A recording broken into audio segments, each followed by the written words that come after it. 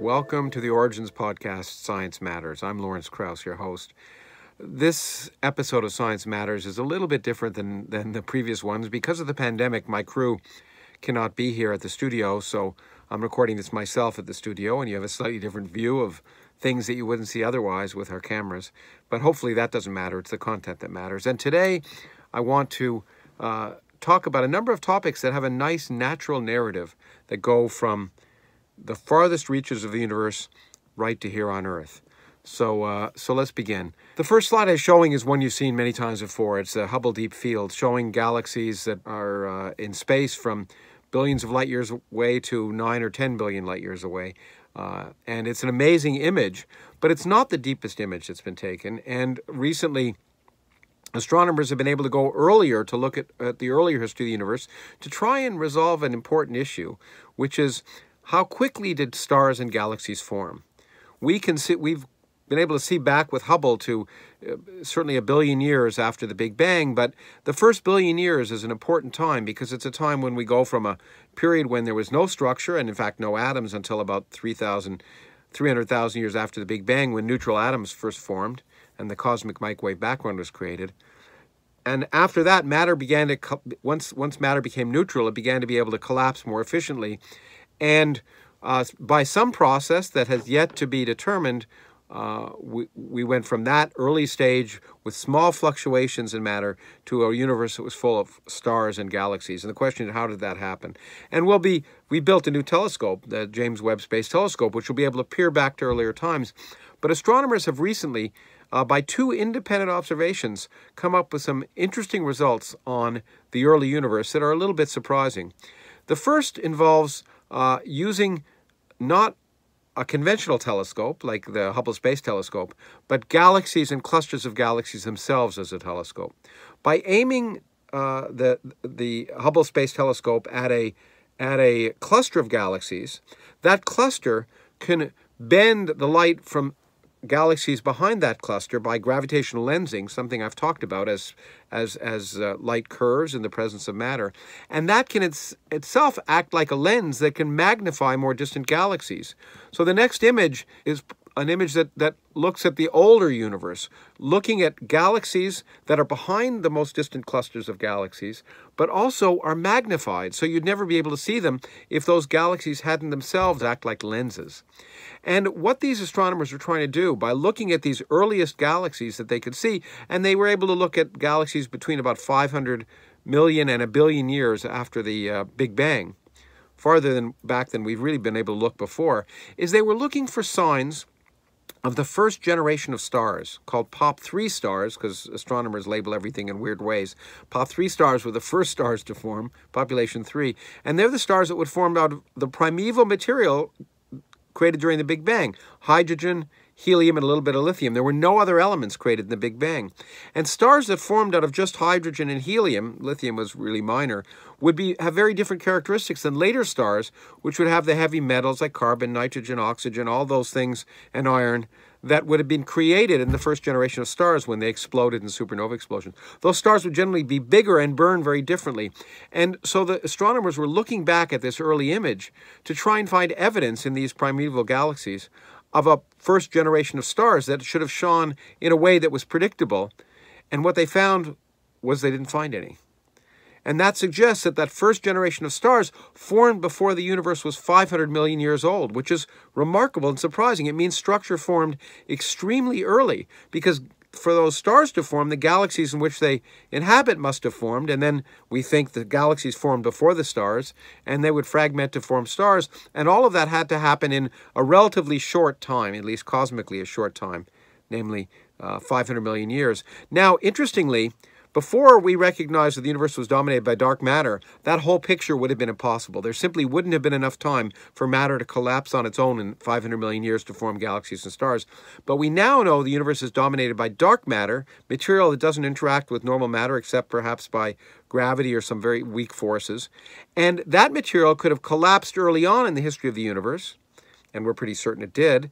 And it could have formed deep potential wells, which when matter in the universe became neutral and it could suddenly collapse because it no longer had to fight electrostatic forces, when it could collapse by gravity, there were already these deep potential wells it could fall into and form galaxies. So as we try and learn more about the early history of the universe, we're really trying to understand how dark matter affected the formation of galaxies. Did galaxies form first? And were there other processes that enhanced the formation of early stars and galaxies, like the formation of big black holes, which I've talked about earlier, answering the question, the chicken and egg question, which formed first, black holes or galaxies. So the fact that these observers did not see any POP3 stars after 500 million years indicates that star formation period, that early star formation period, was happening very early. Now, another totally independent result came, and we can see this in an artistic rendering in the next slide. A different set of observers were able to look for early galaxies. Now they were looking at galaxies they were able to see it, in this case, a galaxy about 1.2 billion years after the Big Bang. But what traditionally had been seen in the earliest galaxies, when observers have been looking at them directly, was the earlier on in the history of the universe, the more misshapen the galaxies are. That's because it was an early period where proto-galaxies were forming, and they were merging together and disrupting each other. And so the galaxies are very ugly shapes. We haven't seen traditionally the nice kind of disk-like galaxies like the Milky Way galaxy, a nice rotating ordered disk of stars. Well, when observers were able to look at the light from extremely distant quasars, which are probably come from massive black holes formed in the earliest galaxies, those have been able to light regions in front of them, looking at the light as it goes past those regions, and watching how it's absorbed or re-emitted, you can learn about the gas in between us and those very earliest moments in the history of the universe. And what was seen was one galaxy, now called the Wolf Galaxy, portrayed artistically here, which, when on one side of which the light was absorbed and re-emitted, it was blue shifted, meaning that part of the galaxy was coming towards us, and the other side was red shifted, meaning that part of the galaxy was going away from us. So it indicated there was a nice rotation and a disk-like galaxy, much like the Milky Way galaxy. In fact, the rotation speed was about 270 kilometers per second, not that different than the Milky Way galaxy. So what they discovered was already, by 1.2 billion years after the Big Bang, nice ordered galaxies were already forming, which was, I think, also somewhat of a surprise.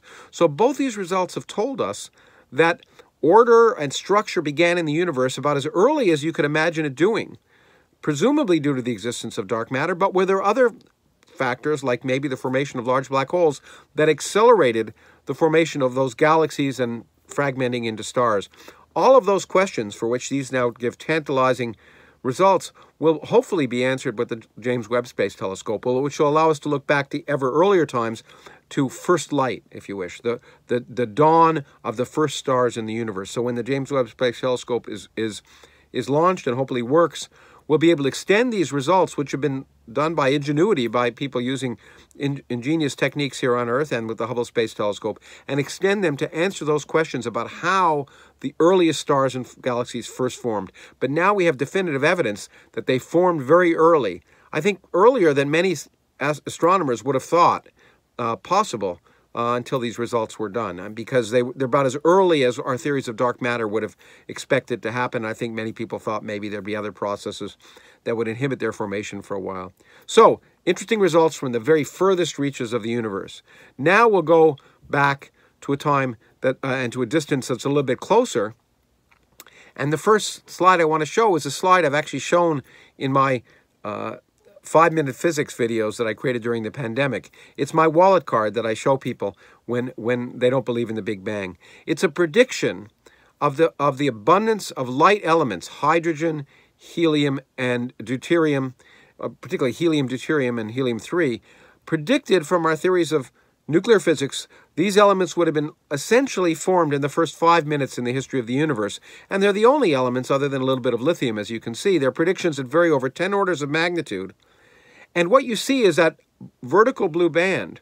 And that vertical band is a region where, if we try and actually measure or determine the primordial helium abundance, the primordial deuterium abundance, the primordial helium-3 abundance, and the primordial lithium abundance, which vary by, as I say, almost 10 orders of magnitude, there's a small region where we get agreement between the predictions and the observations.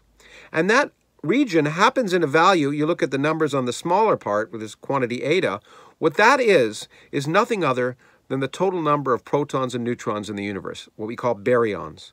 So by finding the predictions of Big Bang nucleosynthesis and comparing those observations, it allows us to determine the abundance of normal matter in the universe, since all normal matter is made of protons and neutrons. And when we do that, what we find is that the fraction of baryons, of normal matter, compared to all the stuff in the universe, including dark energy, is about 5% of all the stuff in the universe, meaning the rest of the mass and energy in the universe comes from dark matter and dark energy. Fine.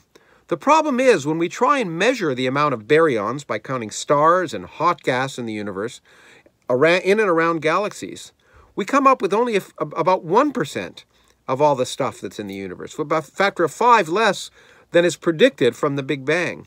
Now you might say, well, this is a catastrophe. Maybe it means our Big Bang predictions are wrong.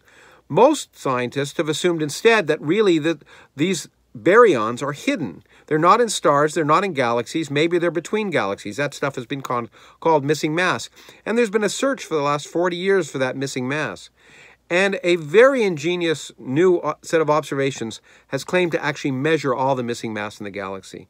Now, the next slide, before we go to that observation, shows us something that tells us that, in fact, the Big Bang predictions are bang on, literally and metaphorically. This is the cosmic microwave background radiation coming at us from the Big Bang, created when the universe was 300,000 years old.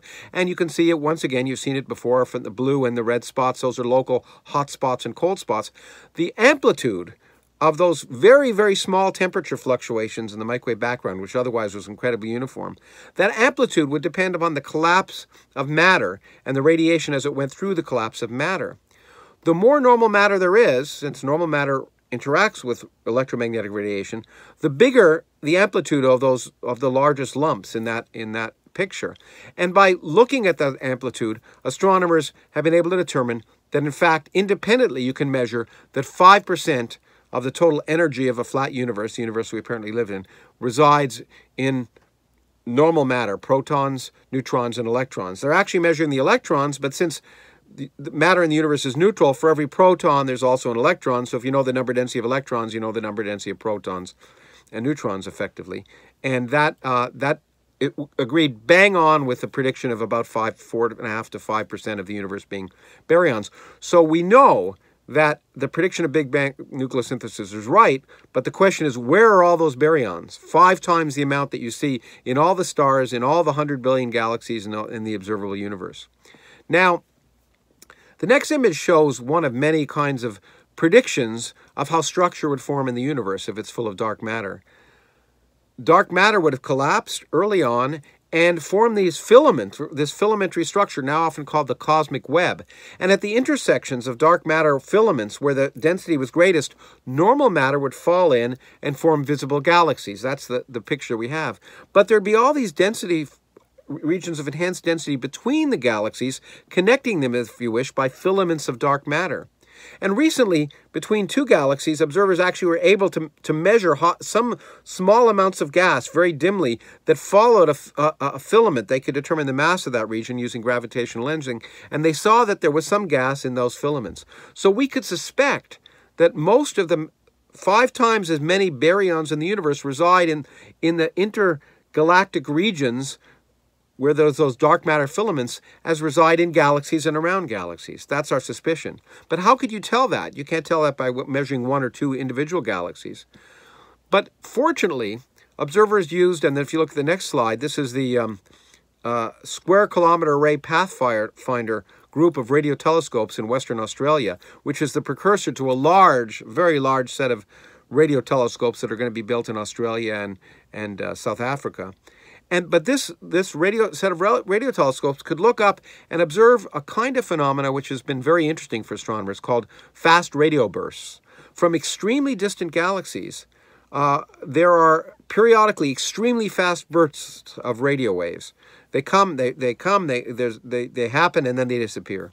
And there's lots of ideas about where those fast radio bursts could come from. But now, in fact, what these astronomers have been able to do is use them to illuminate the distance between those distant regions and us and explore for baryons. How can they do that? Well, because here's a schematic, an artist schematic of a fast radio burst happening in a distant galaxy. And that radio burst starts to travel, and it travels through the intergalactic medium to us. But the intergalactic medium isn't empty. It has protons and electrons. And just as if you look at light through a prism, you find that if you put light through a prism, the blue light bends more than the red light. Light of different frequencies will be affected by matter in a different way. And even though space appears to be empty, it's not quite empty. And you can find if you have radio waves of different frequencies, if there's a background of, say, charged electrons and protons in the intergalactic medium, that as the radio waves travel through them, there's a phenomenon called dispersion. And what that really means is that the higher energy, higher frequency radio waves will travel faster through that medium than the slower frequency radio waves, just like the lower frequency red light gets spent by a different amount than the higher frequency blue light in say, glass. But in the interstellar medium, there'll be some dispersion. A very small amount because there's very little matter there. But if you could measure the amount of dispersion as a function of the distance of the source, and in this new study, they saw 5 different sources, then you can try and measure basically the density of the intergalactic medium in terms of protons and electrons. And that's what they've done. It's still kind of preliminary, but if you look at the next slide, you can see, I'm showing you there the dispersion, which is really the difference in arrival time between the fastest frequency waves and the slowest frequency waves as a function of the redshift of the source, or the distance from the source. And you can see that dispersion goes up. And the prediction of 5% of the universe being made of baryons is that line in the middle. And in fact, when they fit the data to the line, what you can see is the best fit of that data, the probability of what the fraction of baryons is in the universe, is extremely close to that orange line, which is the line that comes from Big Bang nucleosynthesis and the cosmic microwave background. So what they've been able to find is that the dispersion of light, of those fast radio sources, in the vast intergalactic space between far distances and us, allows you to measure the number of baryons, including the invisible baryons in intergalactic space, and it is exactly what was predicted. They have found the missing mass, which is in the intergalactic medium, as not surprising perhaps, but it's nice to know it's there. 5 times as much mass at least as is contained in all the visible galaxies in the universe. And so it's very comforting that's now been determined. Now, the data is still pretty preliminary. With only 5 objects, it's still just a beginning. You can see that the probability distribution is still fairly broad. But this field will keep developing very quickly as new fast radio burst galaxies are observed, and they'll be able to fill in that plot on the left-hand side of that figure and hopefully narrow the probability distribution and hone in on what the actual baryon abundance is. Which, by the way, if you want to ask what is the average abundance of baryons in the universe, assuming they're 5% of the total energy in the universe, it's approximately 1 proton per cubic meter. Basically 1 atom per cubic meter, which is about 1 million times smaller than the average density in our galaxy, and about 10 to the 24 times smaller, or 10 to the 26 times smaller, the density of matter in this room. So most of space is pretty empty, but if you just have 1 proton per cubic meter, it's enough over the vast cosmic distances to produce 5% of the observed matter in the universe, or the inferred matter in the universe, and now we've actually observed it, at least indirectly, and everything fits together with a universe that's 5% normal matter, about 30% dark matter, whose identity we still don't know, and the rest, about 70 or 65 to 70% of the universe, dark energy, the energy of empty space, whose origins we still don't know. So at least we understand 5% of the universe pretty darn well, and that's a big jump. Okay, we're going to keep moving back forward now, closer. We've gone from the far ends of the universe to all the matter in between us and the far ends of the universe. And now I want to talk about a recent development in a field, of course, that I talked about a lot, which is the field of exoplanets. New planets are being discovered every day in the search, ultimately, for planets that might be habitable. And there was one about a month ago that was announced, and it's planet K2-18b. But it's an Earth-like planet. It's only 8 times the mass of the Earth, and it's the first planet outside the solar system in a habitable zone. The habitable zone is the region close enough to the star where we think there could be liquid water, which has now been measured to have water vapor in its atmosphere. How could you do that? It's by looking, when the planet goes in front of its star, you can look for the absorption of light. And what astronomers were able to do was see the absorption lines associated with water vapor. So we're able to confirm that that planet in the habitable zone actually has water vapor in the atmosphere. And that's a big step forward because it tells us that our ideas are correct. And of course, we tend to think by looking at Earth, water was essential to the origin of life on Earth. Water vapor in the atmosphere suggests there could be liquid water on that planet. And maybe, who knows, there's life. If the planet's not very far away, only about 110 light years from the Earth, if you look at the next slide. So that's not bad. Maybe we could listen for life, or at least do with our new telescopes, and there's a whole range of new telescopes that are being launched that will allow us to probe the atmosphere of these kind of planets more carefully.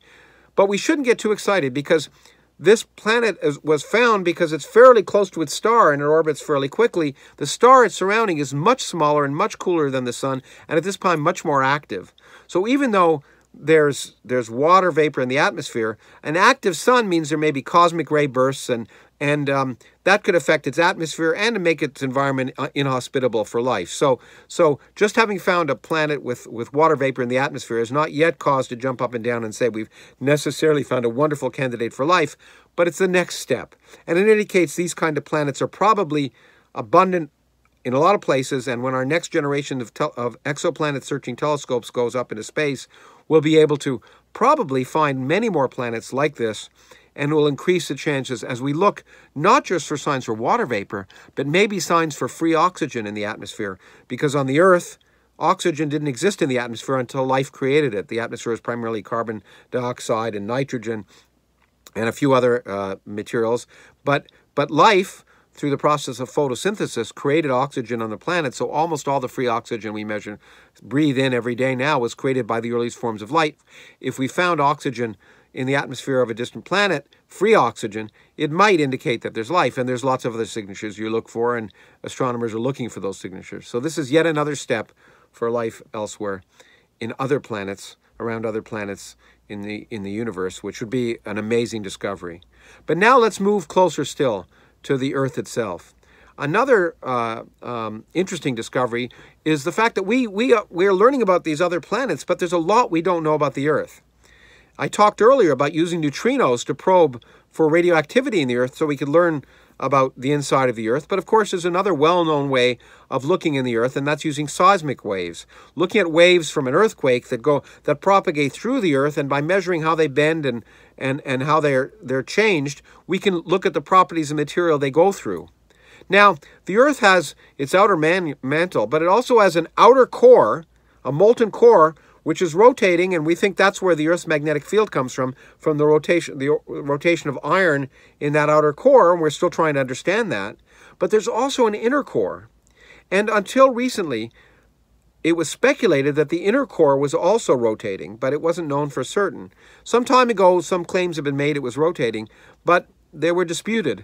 But recently, actually a group from a geoscientist who was actually one of the first people to claim the inner core was rotating, was able to use a new technique. Basically, if you look at an earthquake and watch the seismic waves go through the Earth, and you measure the inner core at one time, and then you look at an earthquake and measure the inner core at another time, if the core is moved, you'll see a different behavior in those waves. Now the problem is, if you look at seismic waves coming from earthquakes in two different places, then you can't be certain that the difference in what's happening is not due to the difference in the trajectory of the seismic waves as it goes through the Earth from those two different places. But there's a phenomenon called repeating earthquakes. Earthquakes that repeat in the same place somewhat later in time. And what this group was able to do was use repeating earthquakes and watch them go through the inner core and see that there was a change, suggesting the inner core was actually rotating. Now, the earliest estimates of that rotation of the inner core suggest it's rotating at the same rate as the outer part of the Earth, except it differs by about 2/3 of a second. So every day, its period of rotation is different by about 2/3 of a second, which may not seem like a lot, but over a century, its rotation rate would have changed by about a quarter of a full rotation. And the nature of that rotation in the inner core obviously affects the rotation of the outer core because there's a boundary between the two. And one of the things that may be due to that, the fact that it's rotating a little faster, may be due to the tidal pull of the moon on the Earth, which is slowing the rotation rate of the Earth and over time. And so there's a lot of interesting science to be understood, but for the very first time, we now can say that our inner core, there's good evidence that our inner core of the Earth is actually rotating, which, as we try and understand the nature of magnetic fields in the Earth, which are still really not well understood, because they vary. As you know, the North Pole, the magnetic North Pole, is wandering from Canada over, I think, to through Sweden to Russia right now, and every, I think, 26,000 years, it looks like the magnetic field flips. We're trying to understand that dynamics. It's still not a well understood field, but by being able to probe the inner core of the Earth with seismic rays, we've learned about the inner core of the Earth. So now we've gone from the one end of the universe through the space between us and the universe to nearby planets to the inside of our planet, and I want to end by coming to the outside of our planet. Another result, which is unfortunately not very happy, every May or so, if you look at the carbon dioxide abundance in the atmosphere, it varies over the course of the year as plant life and basically varies in photosynthesis. And every May or so, it peaks. And it peaked this year, once again, at 417.1 parts per million. As you can see from that figure, the CO2 abundance is inexorably increasing at the same rate. It's not slowing down. Certainly not yet during the pandemic, in spite of the fact that the CO2 production was momentarily reduced as airplanes and cars were used less. But the main thing to see is how depressing it is. 470 parts per million. Since 2010, when it was basically 390, we've increased by 30 parts per million, almost 8%. And that is amazing. That if you think that humanity has increased the carbon dioxide abundance in the atmosphere by 8% in just those, 30 years or so, and that does not bode well. In fact, my newest book, which is called The Physics of Climate Change, and I just finished, talks about the consequences of this, and also talks about the physics of climate change, which is very straightforward and very simple, and I hope that you'll be able to understand it when you read the book. And it tells us that we really need to do something because there are certain minimal things which are not based on complex models, but just based on fundamental physics associated with carbon dioxide in the atmosphere and the oceans that are going to affect the Earth in the next century.